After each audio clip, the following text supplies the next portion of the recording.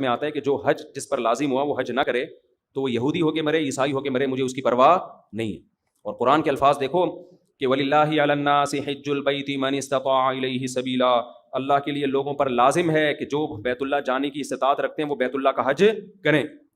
آگے قرآن کے الفاظ دیکھو وَلِلَّهِ عَلَى النَّاسِ حِجُّ الْبَيْتِ مَنِ اسْتَطَاعَ إِلَيْهِ سَبِيلًا، آگے کیا الفاظ ہیں؟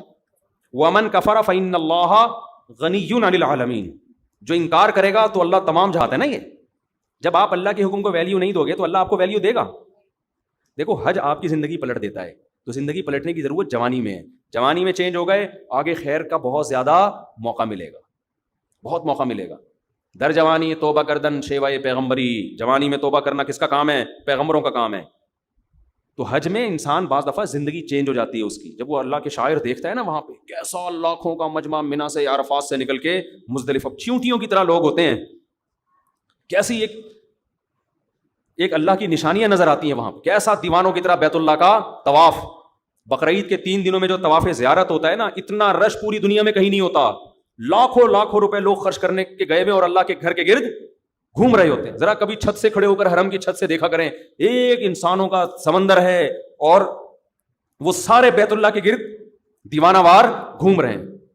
یہ اسلام کی عظمت دیکھنے کا موقع ملتا ہے، اس سے انسان کے اندر دل تبدیل ہوتا ہے۔ حج میں بڑی قربانیاں دی جاتی ہیں، اور حج تو ہے ہی ساری دیوانگی۔ حج کے اکثر احکام ایسے جن کی بظاہر کوئی لاجک نہیں ہے، اللہ نے کہا میرے دیوانے بن کے آؤ، جیسے جیسے کہہ رہا ہوں کرتے چلے جاؤ۔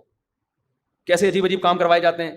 سب سے پہلے ہم سے ہمارا لباس اتروا لیا، 3 پیس سوٹ اور ٹائی میں جو گھوما کرتے تھے، بالوں کی کٹنگ، اور ان کو 2 چادریں پہنائی جا رہی ہیں۔ اب انسان کے بچے بن کے آنا ہمارے گھر میں، اگر دیوانے ہو تو دیوانوں والا اسٹائل چاہیے۔ ابھی وہ جو آفس جس اسٹائل میں جاتے ہو نا، وہ والا اسٹائل بولو نہیں چلے۔ جو اللہ کے نیک بندے ہیں، جو اللہ کے حکم کے سامنے سر جھکانا جانتے ہیں، اللہ سے ان احکامات کی لاجک نہیں پوچھتے۔ جیسے شیطان نے پوچھا تھا نا، کیوں سجدہ کروں میں آدم کو، وائے، تو یہ نہیں پوچھتے۔ ابراہیم علیہ السلام کو اللہ نے حکم دیا بیٹے کو ذبح کرو، یہ حکم بظاہر زیادہ ہی لاجیکل تھا کہ معصوم بیٹے کی گردن کاٹنے کا حکم دیا جا رہا ہے۔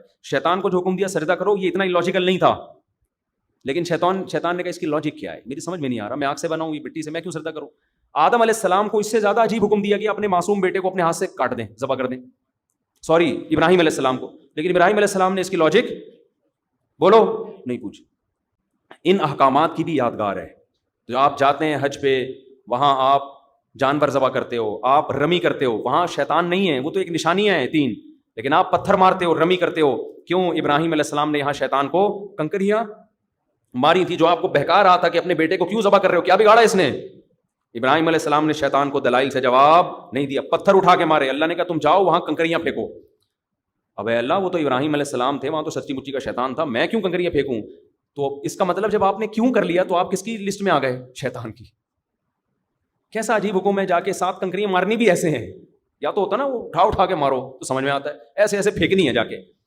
حاجی 10-15 لاکھ روپے یہ کرنے کے لیے جا رہا ہو، خرچ کرتا ہے یہ کام کرنے، ایک طوفان لوگوں کا کنکریاں مارنے کے لیے۔ کیوں؟ کس کا حکم ہے بھائی؟ اللہ کا حکم ہے، اللہ کا آرڈر ہے۔